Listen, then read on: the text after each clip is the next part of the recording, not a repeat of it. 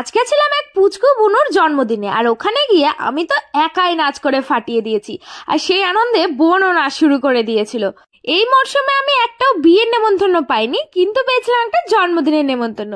তাই ওয়েট না করে আমি আর বোনও কিন্তু তাড়াতাড়ি রেডি হয়ে বেরিয়ে পড়েছিলাম আমার বাপের বাড়ি যাওয়ার উদ্দেশ্যে, কারণ আমার বাড়ির পাশেই কিন্তু নিমন্ত্রণ ছিল। আমি বাড়ি পৌঁছেই কিন্তু আগে শাড়িটা পরে নিয়েছিলাম, কারণ মেকআপ তো আমি করেই গেছিলাম। এদিকে আমার বোনরাও রেডি হয়ে গেছে, তার সাথে বাপিও রেডি হয়ে গেছে, আর ওখানে মা কনার চুল বেঁধে দিচ্ছিল।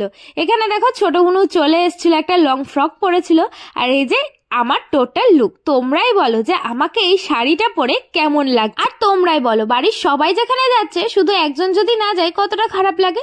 মাকে কতবার রেডি হতে বললাম, বাট মা কিছুতেই গেল না। তাই কি করব, আমরাই চলে এসেছিলাম কিন্তু অনুষ্ঠান বাড়িতে। আর এখানে এসে এত সুন্দর ডেকোরেশন দেখে আমি তো একটু ঢং না করে থাকতেই পারলাম না।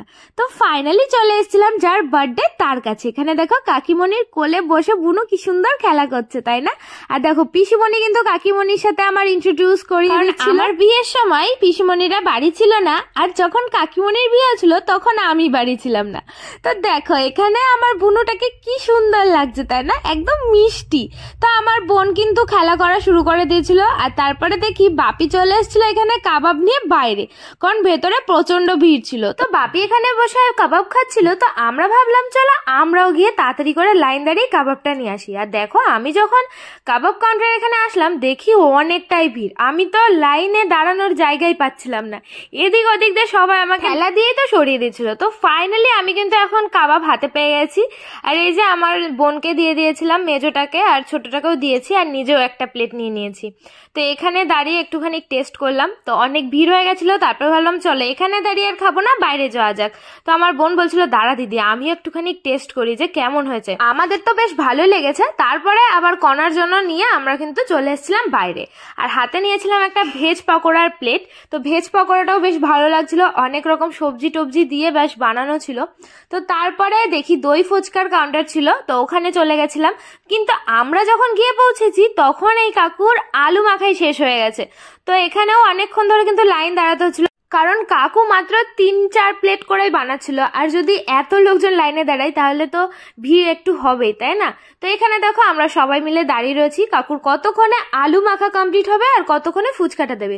কিন্তু এই ফুচকা বানাতে গিয়েও হয়ে গেছিল একটা বিপত্তি, মানে কাকুর ওই প্লেটটা ধরে উল্টে গেছিল, উনি আবার বানিয়েছে। তো এখানে দেখো ফার্স্টে চাটনি দেওয়ার পরে কিন্তু দই দিয়ে দিয়েছে, আর এখন আমি প্লেটগুলো নিয়ে কিন্তু সবাইকে দিয়েও দিয়েছি।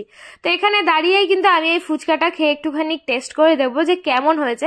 আর এত বড় ফুচকা ছিল যে আমি এক গালে খেতেই পারছিলাম না। তো ফাইনালি আমি ভেবেছিলাম এক গালেই খাবো, তো এক গালে আমি খেয়ে নিয়েছি ফুচকাটা। তারপরে আমি আর কনা এখানে দাঁড়িয়ে দাঁড়িয়ে একটু ভিডিও করছিলাম। তো কনা বললো চল আমরা আইসক্রিম খেয়ে আসি। তো চলে এসেছিলাম এখানে আইসক্রিম নিতে, আর এটা কিন্তু বাটারস্কচ ফ্লেভারের ছিল। আমার বাটারস্কচ ফ্লেভারের আইসক্রিম কিন্তু বেশ ভালো লাগে। আর এই ঠান্ডার মধ্যে আইসক্রিম খাচ্ছি, আমি ভাবছি আমার বর যদি দেখতো না তাহলে আমাকে ভীষণ বকতো, কারণ একেতে ঠান্ডার মধ্যে আইসক্রিম খাচ্ছি, পরে আবার গলায় যদি খুশখুশ হয়। তো আইসক্রিম খাওয়ার পরে আমি কিন্তু কফি নিয়ে চলে এসেছিলাম, গরম গরম কফি খেয়ে নিয়েছি এখানে। তারপরে দেখি সামনে যে গেটটা ডেকোরেশন করা ছিল ওখানটাতে পুরো ফাঁকা হয়ে গেছিল। তো আমি এখানে দাঁড়িয়ে দাঁড়িয়ে একটু ঢং করে নিয়েছিলাম। আর এখানে দেখি পিসিমণি বুনুকে নিয়ে বাইরে এসেছিল, আর আমার ছোট বুনু তো দৌড় দিয়ে চলে গেছে বুনুকে কোলে নেবে বলে। আর ওর কোলে উঠে দেখো ও কেমন করছিল, কত কিউট জানো তো। আমার এরকম কিউট কিউট বেবি দেখলে মনে হয় আমি শুধু ওদেরকে মানে আদর করতেই থাকি, আদর করতে থাকি। ওকে দেখে আমার মনে হচ্ছিল আমি ওকে আদর করতেই থাকি। তো যাই হোক, তারপরে আমার বোনরা বললো ওদেরকে একটু ভিডিও বানিয়ে দিতে, কারণ ডেকোরেশন গুলো দারুণ হলো আর জায়গাটাও বেশ ফাঁকা ছিল। তো ভিডিও বানাতে বানাতে দেখি হঠাৎ নাচের গান চালিয়েছে আর সবাই নাচ শুরু করে দিয়েছে। তো আমিও কিন্তু চলে এসেছি এই ঠান্ডার মধ্যে একটু নাচ করতে। তো এখানে আমি একা একাই প্রথমে দাঁড়িয়ে দাঁড়িয়ে নাচ করছিলাম, সবাই আমার দিকে তাকিয়েছিল। আমার তো প্রথমে খুবই লজ্জা লাগছিল, তো পাশে অনেকজনা নাচ করছিল।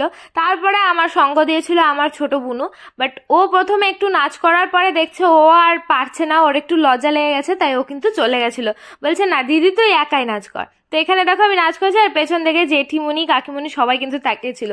তো ফাইনালি আমরা তারপরে খেতে চলে এসেছিলাম।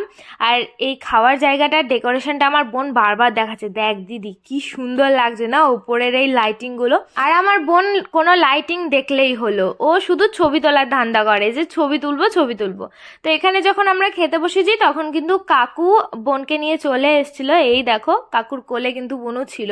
তো তারপরে ঠান্ডার মধ্যে আর ওরা বাইরে থাকেনি, তারপরে চলে গেছিল ঘরে। আর এখন আমরা বসে রয়েছি আর আমার বোন ভাবছে যে ও কতক্ষণ একটা ছবি তুলবে। আর এদিকে ও মেনু কার্ডটা দেখিয়ে দিল যে এই ভিডিওটা তোমরা কালকে পেয়ে যাবে, অবশ্যই আপলোড করে দেবো মেনু তে কি কি ছিল। আর এখন দেখো আমি বসে পড়েছিলাম আর এই যে আমার হাতে ফোন ছিল কারণ আমার বোনের ভিডিও বানিয়ে দিতে হচ্ছিল। আমি আর কনা এক পাশে খেতে বসেছিলাম আর ওই পাশে বাপি, আমার মেজো বোনও আর ছোট বোনও ছিল। তো খাওয়া দাওয়ার সময় তো আমরা ভীষণ মজা করতে করতে খাওয়া দাওয়া করেছি। আর তোমরা তো অল্প অল্প মেনু দেখেই নিয়েছো অবশ্যই কি কি ছিল, তাই না? এত কিছু খাওয়া দাওয়ার পরেও কিন্তু লাস্ট পাতে মিষ্টি ছিল।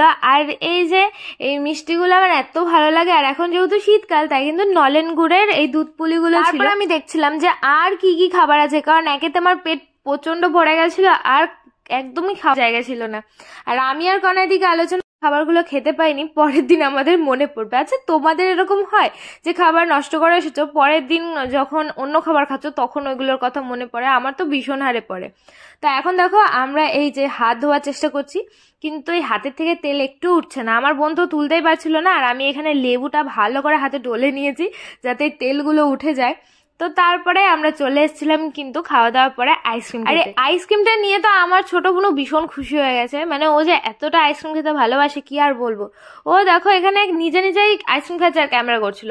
আর এখানে দেখো ঠান্ডার মধ্যে কণা স্টে পরে নিয়েছে আর আমি আর কণা এখন আইসক্রিম খেতে খেতে বাড়ি চলে যাচ্ছিলাম। তারপরে হট করে আবার নাচের গান শুরু হয়ে গেছে। আমার কি মনে হলো আমি আর ছোট বোনও এখানে কণাকে আইসক্রিম ধরিয়ে নাচতে নাচতে এখন বাড়ি চলে এসেছি। তো বন্ধুরা আজকে ভিডিওটা তোমাদের কেমন লাগলো অবশ্যই কমেন্টস করে, ভালো লাগলে লাইক শেয়ার করবে, আমার পেজটা ফলো করবে। তো আজকের জন্য